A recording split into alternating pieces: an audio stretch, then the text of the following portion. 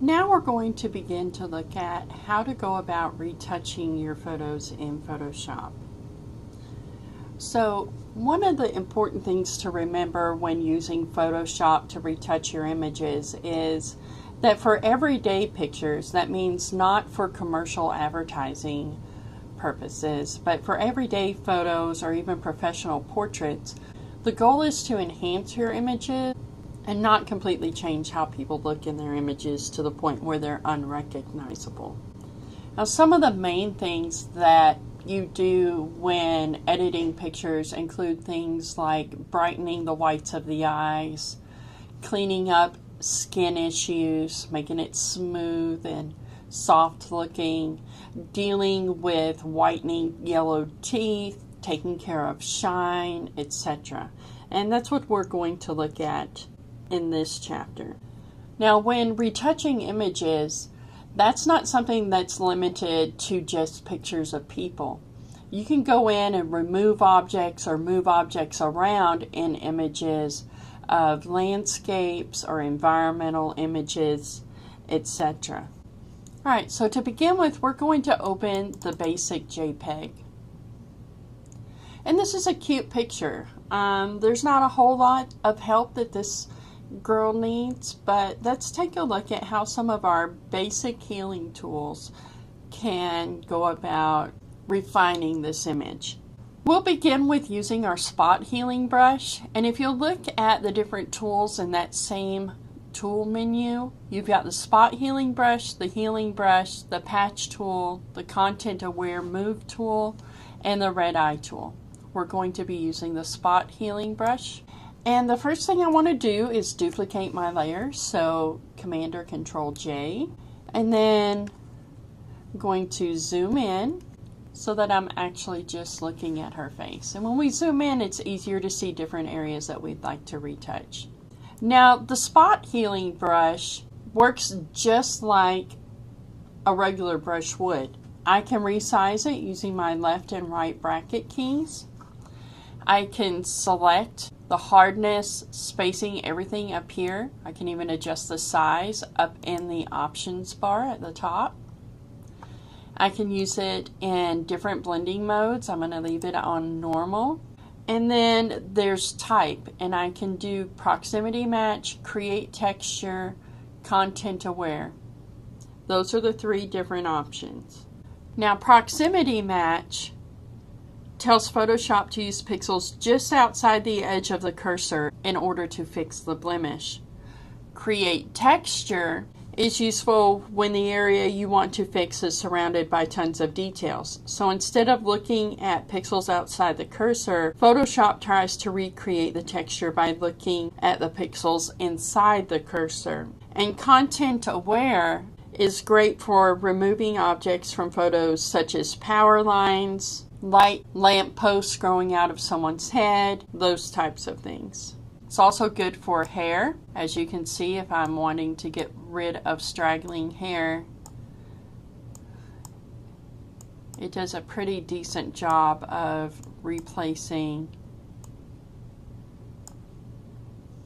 and matching the background.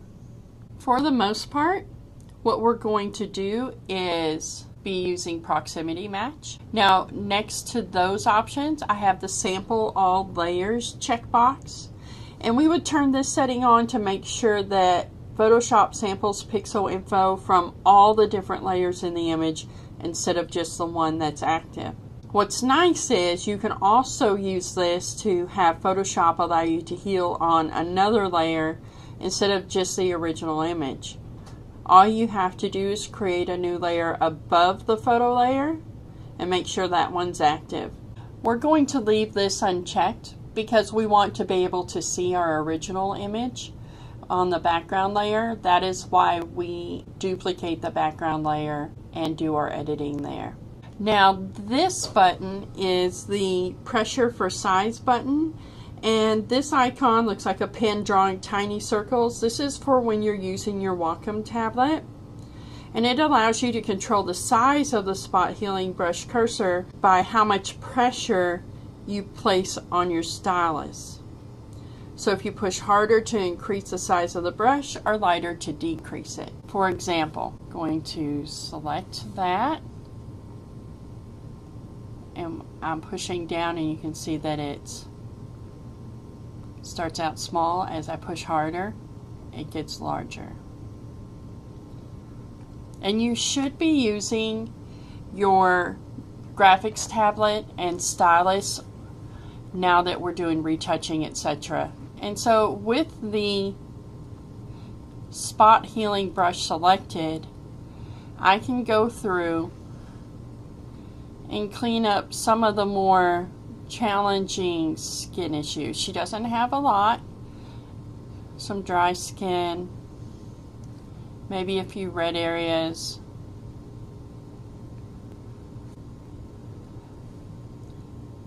Some of this up here looks like it might be scarring.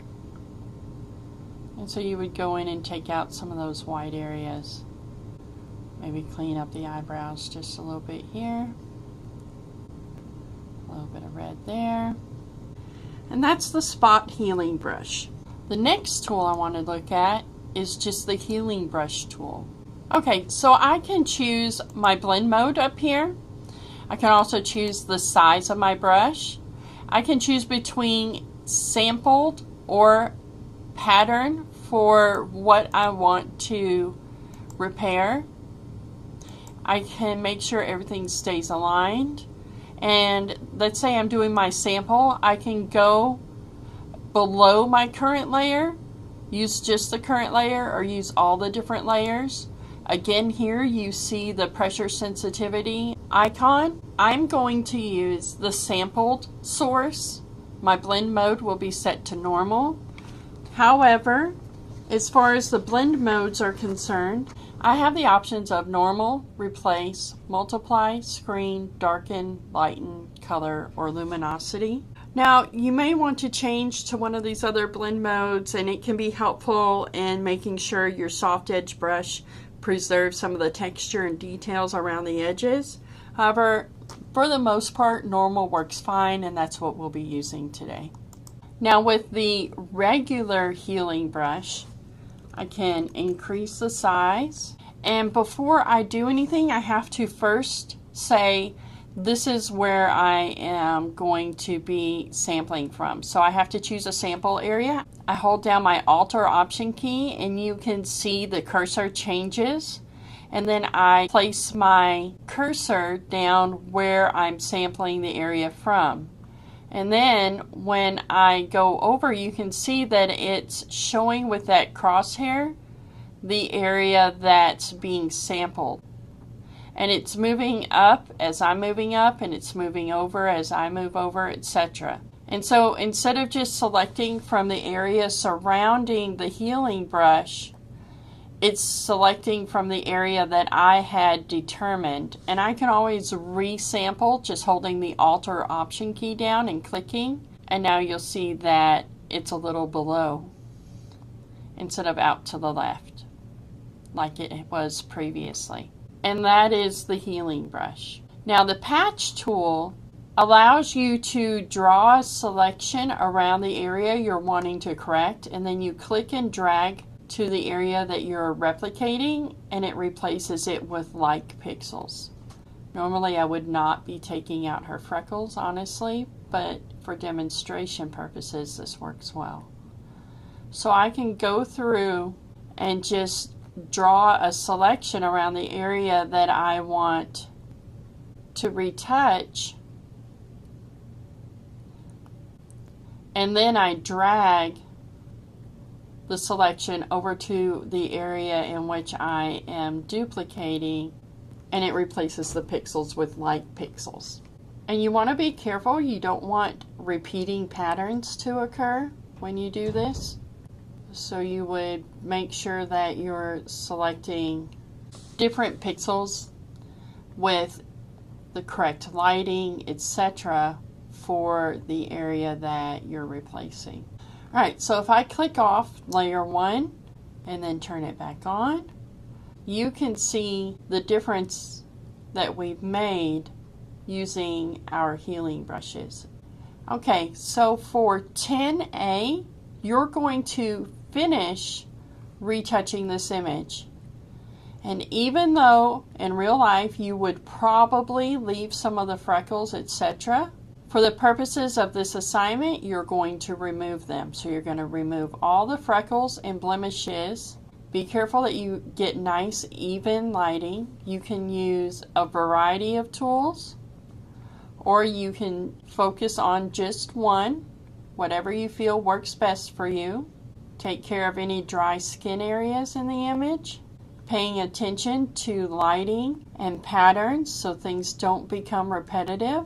Make sure that your edits are occurring on a separate layer from the background layer. Now when it comes to her lips, I'm going to use the patch tool. Select an area that I don't like, replace it with an area that I do. And that's what works best for dry or cracked lips. Because what happens is if you go through, you can find that softening them doesn't look natural. Replacing other areas doesn't look natural either. So you want to manually go in and retouch them to get a more natural look. And the patch tool on the lips works best. Here's our before, here's our after. You also need to retouch all of these straggle hairs over here, these single hairs. Remember, with the spot healing brush selected, if you had content aware selected, as you went over the hair, it did a pretty good job. And so that is what I would recommend doing, is removing the straggles of hair with content aware. You don't have to remove these large strands here, just the little individual hairs. And you're going to need to do more than what I'm showing you. You're going to have to complete the image. Go through, and if you see weird patterns happening where you've done your retouching, then you're going to have to go through and fix that. So that's a part of creating a quality image. You don't want someone to look at the picture and go, oh wow, what a great retouching job. You want them to look at the image and go, great picture. She looks beautiful there. And she does. She looks beautiful there too. Again, what we're doing here is for demonstration purposes. And you need to go through the entire image, take care of the freckles, dry skin, red spots. If she's got splotchy white areas like she did up here, kind of looks like some scarring, then you'll want to take care of all that. Any eyebrows, straggles, you'll want to take care of that. And I'm not going to do the whole image here. I'm going to let you finish it. Again, you turn this in as 10A, your last name, _ basic. Make sure it's a PSD file and that all of your edits occur on a separate layer so that they can be viewed before and after.